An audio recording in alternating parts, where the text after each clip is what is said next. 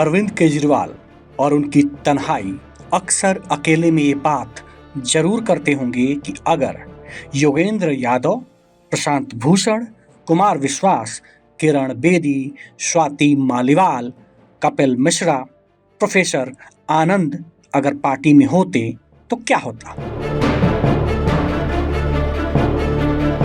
मनीष सिसोदिया सोचते होंगे कि राघव चले गए, संदीप पाठक को भी साथ ले गए। कुल मिलाकर आप में तूफान है। कोई नहीं जानता कि कौन कितने वक्त का मेहमान है।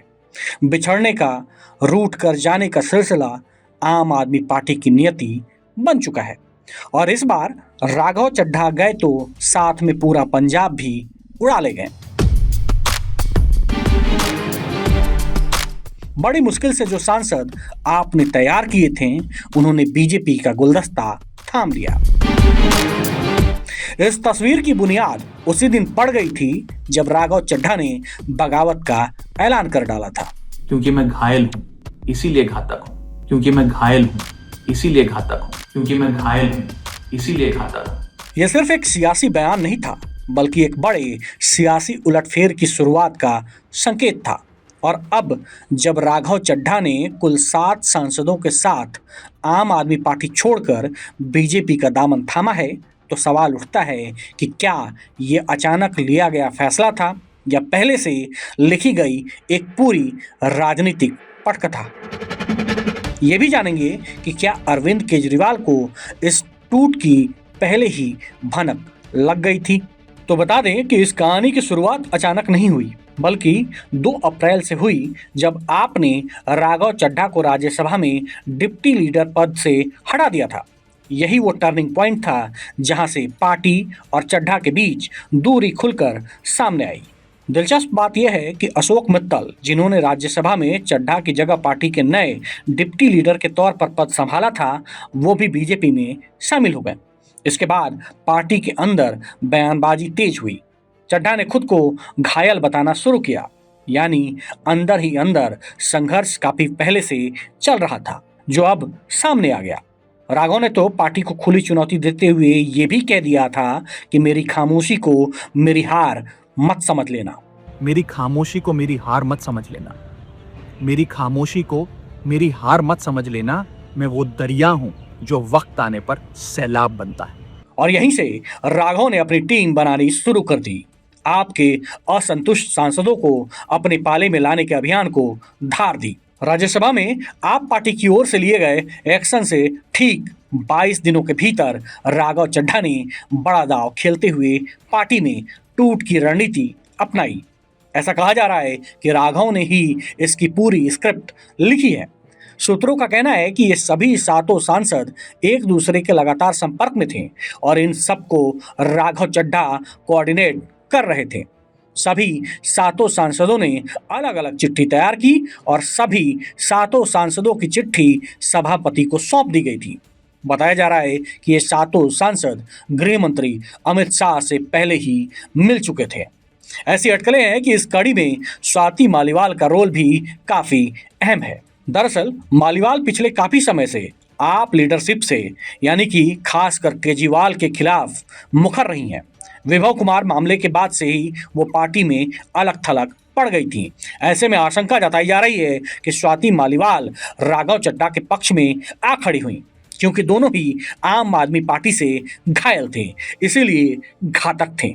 बता दें कि आपको झटका देकर बीजेपी ऑफिस जाने वाले 3 सांसद सामने आने के बाद ये सवाल उठा कि बाकी 4 सांसद कहाँ हैं। तो बताया गया कि सांसद राजेंद्र गुप्ता फिलहाल अमेरिका में हैं। स्वाति मालीवाल संसदीय समिति के काम के चलते ईटानगर में है। विक्रमजीत साहनी की स्वास्थ्य समस्या है, इसीलिए व्यक्तिगत तौर पर वो नहीं आ पाए।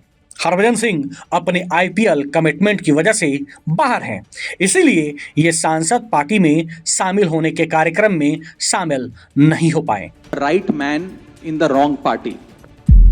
लिहाजा राज्यसभा में पहले आम आदमी पार्टी के कुल 10 सदस्य थे, लेकिन अब इनमें से 2/3 सांसद पार्टी छोड़ चुके हैं। इस घटनाक्रम के बाद अब पार्टी के पास केवल 3 सदस्य ही बचे हैं। ये गिरावट सिर्फ संख्या तक सीमित नहीं है, बल्कि इसका असर पार्टी की रणनीति और राष्ट्रीय स्तर पर उसकी स्थिति पर भी पड़ सकता है। खास बात यह है कि पार्टी छोड़ने वाले ज्यादातर सांसदों का कार्यकाल अभी कई साल बाकी है, जैसे राघव चड्ढा, अशोक मित्तल, संदीप पाठक और हरभजन सिंह का कार्यकाल वर्ष 2028 तक है। ऐसे में इनका पार्टी छोड़ना आने वाले वर्षों में भी आम आदमी पार्टी के लिए नुकसानदायक साबित हो सकता है। देश में चुनावी माहौल के बीच इस तरह की बगावत ने पार्टी के नेतृत्व की चिंता बढ़ा दी है। अरविंद केजरीवाल के लिए सबसे बड़ा राजनीतिक झटका माना जा रहा है। पंजाब, जो पार्टी का मजबूत गढ़ माना जाता था, वहीं से इस तरह का टूटना संकेत देता है कि अंदरूनी असंतोष गहराता जा रहा है। वहीं सियासी पंडितों का मानना है कि यह घटनाक्रम यहीं नहीं थमने वाला है। अगर हालात नहीं संभाले गए तो आगे और नेता भी पार्टी से दूरी बना सकते हैं।